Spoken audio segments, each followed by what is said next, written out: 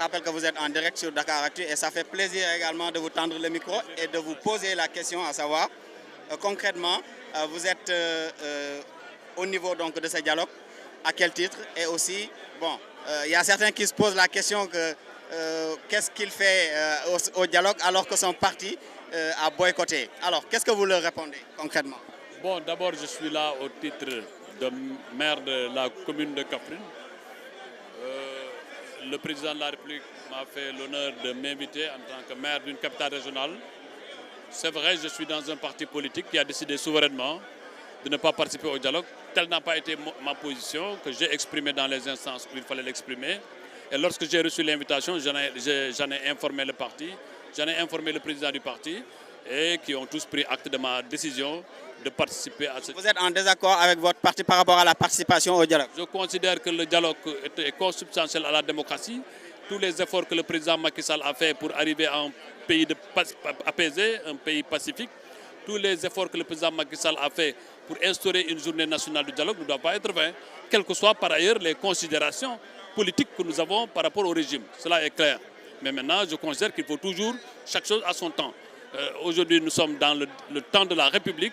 Le temps de la République devrait dépasser toutes les divergences, toutes les contingences de la vie mondaine et arriver à des consensus qui vont bâtir notre démocratie, qui vont rebâtir notre démocratie pour aujourd'hui et pour demain. Est-ce que c'est un acte que... Et pour cela, moi, il n'y a pas de sacrifice à faire. Maintenant, je considère que je respecte cette position du parti. D'autres militants et responsables du parti sont dans la salle. Je ne suis pas le seul. Mais je considère aussi que j'ai une responsabilité de maire. Et cette responsabilité de maire de la commune de Kaffrine, je l'assume pleinement. Est-ce que ce n'est pas aller à l'encontre donc des règles du parti? Et est-ce que ce n'est pas à l'encontre également donc, de cette discipline de parti que vous avez tant vantée quand même? Pas du tout. Je considère que nous sommes dans un parti démocratique où les gens ont une culture démocratique. Le débat a été posé. Ce débat, j'y ai participé en disant clairement que moi je suis pour le dialogue pour des raisons, pour plusieurs raisons, au-delà de la question républicaine. Mais mieux encore, lorsque l'invitation m'est parvenue au titre de maire de la commune de Kaffrine, j'ai assumé en informant le comité de suivi, en informant le secrétariat exécutif national, en informant aussi le président du parti sur ma posture et sur ma position. Cette position est indépendante de la position du parti. La collectivité territoriale que je dirige n'appartient pas à un parti politique, n'appartient pas à une coalition. Mais cela n'altère en rien mes convictions. Je suis convaincu que tôt ou tard, tout le monde reconnaîtra de la justesse de ma position. Et cette position ne date pas d'aujourd'hui. Moi, depuis 1987, je suis dans la scène politique. Je suis presque un vieux jeune. J'ai participé à tous les dialogues, à chaque fois qu'il y a eu dialogue. Et je suis un des disciples de Maître Abdoulaye Wade, qui disait que en politique, la politique de la chaise vide ne paye jamais. Et je suis convaincu que l'absence aujourd'hui de la paix, qui est la principale force politique de l'opposition, ne peut pas aller dans le sens du renforcement de notre démocratie. La paix devait être là. Malheureusement, elle n'est pas là. Mais les idées et les convictions de la paix seront défendues.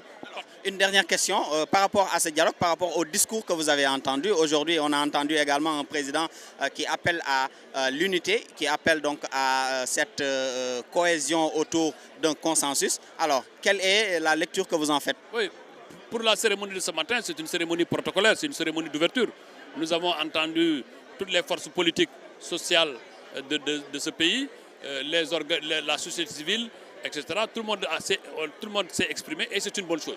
Que tout le monde s'exprime, aussi à les chefs religieux. Bien entendu, ce n'est pas seulement à l'ouverture qu'il faut apprécier. Mais je crois que le discours du président de la République est une bonne orientation. Si cette orientation est consolidée dans les commissions et que les discours soient suivis par des actes cohérents, que nous retrouvions un pays apaisé, pacifié, où nous tous nous mettons dans l'élan du développement. Lorsque le temps de la politique reviendra, chacun sera dans son parti et dans son camp, mais au moins que nous puissions unir tous nos efforts pour que notre pays ne soit pas en dehors de ce que le monde est en train de ce qui est en train de se faire dans le monde, dans l'approfondissement de la démocratie, dans le renforcement des valeurs républicaines, mais aussi dans son développement. Parce que démocratie et république ne peuvent avoir de valeur que si nous sommes inscrits dans une perspective de développement. Et cette perspective de développement qui est inscrite depuis des années par l'État du Sénégal doit être perpétuée. Et je considère que ce dialogue est un moment important de retrouvailles, un moment important de réconciliation, un moment important de nouveau départ et de renforcement de notre démocratie, sans préjudice de tout ce que les gens peuvent dire. Moi, je ne suis pas dans le débat politicien. Aujourd'hui, je suis dans le débat de la République. Merci beaucoup. Alors, ñu jaajëfal ko bu baax le ministre ki ngay xamante ni moom mooy le ministre Abdoulaye Seydou Sow voilà moom moo doon yëkkati ay kàddu rek jëmale ko ci ñi nga xamante ni donc ñoom ñooy ñi koy déglu par rapport ak participation bi nga xamante ni am na ko moom mu bokk ci APR daal di nag fas yéene gën a dëggal li nga xamante ni moom mooy participation am dégg ngeen ko donc mu ngi noonu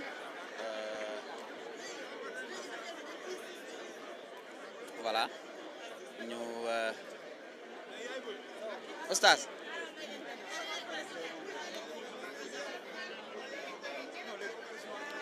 voilà donc toujours rek ñu xaarandi ay